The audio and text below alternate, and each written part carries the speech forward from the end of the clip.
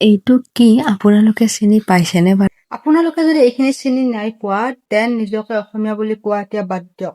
ৰ'ব, সেইখিনি কি জনাৰ আগমুহূৰ্তত মই কেইখনমান কালাৰ দাইল আৰু মচুৰ দাইলৰ মিক্স বৰ কেইখনমান ভাজি ল'লো। পিছে নিজকে অসমীয়া খাৰ খোৱা বুলি কৈ যদি আপুনি কলা খাৰখিনি চিনি নেপায়, সেইটোতো একদম ডাঙৰ ভুল কথা হ'ব।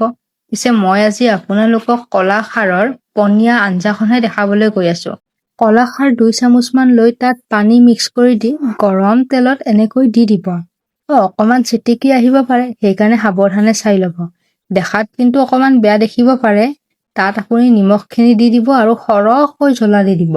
পিছে ইয়াত হালধি দি নিদিব, নহ'লে বিক্ৰিয়া ঘটি ৰঙা হৈ যাব গোটেই আঞ্জাখন। আৰু তাৰ পিছত সেই বৰকেইখন দি আকৌ ঢাকনখন মাৰি দি উতলিবলৈ দিব।